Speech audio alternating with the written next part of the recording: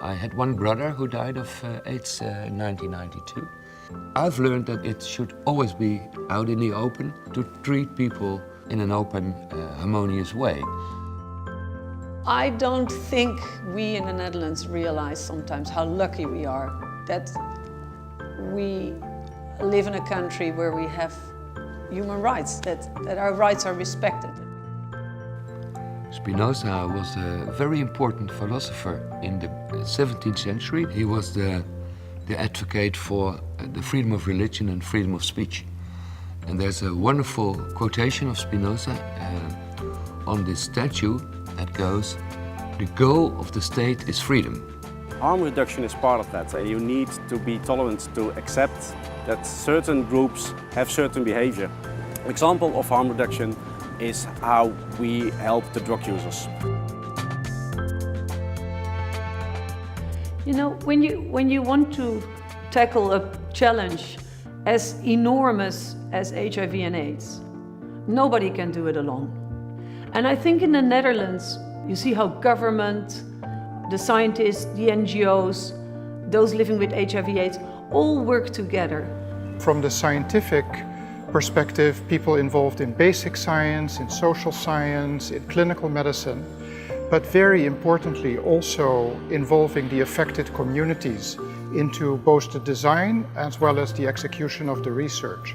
You can learn from each other and every organization can bring their expertise into the project.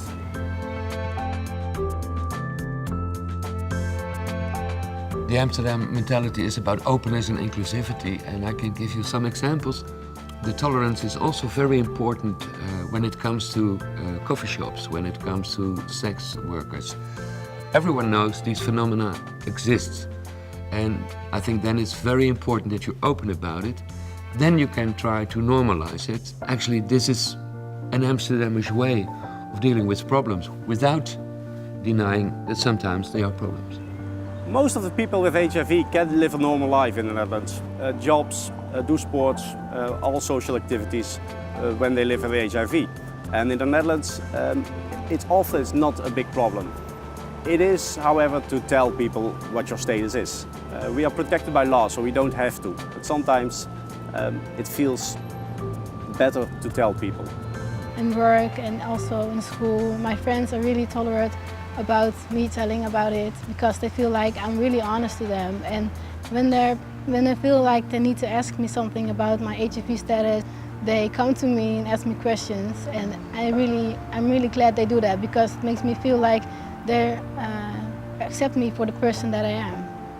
Maybe that's sometimes forgotten in the message around science, that it's all about people. Everything we do ultimately has to do with individuals and people who each of whom deserves to lead a healthy life and lead a fulfilling and productive life.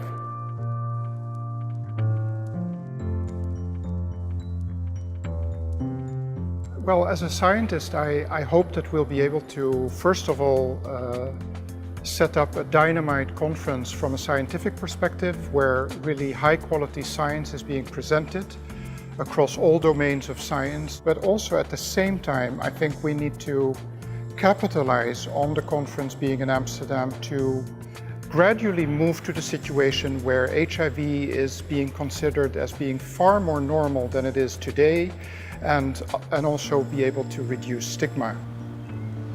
To all the people from the Congres, I want to tell them that I really appreciate them being there, and I really want to encourage them reaching to a world where people with HIV can live without fear and without shame and feel like they're accepted by everybody.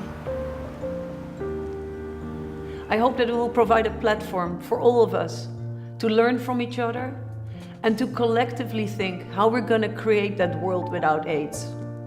I look forward to welcoming all of you in Amsterdam.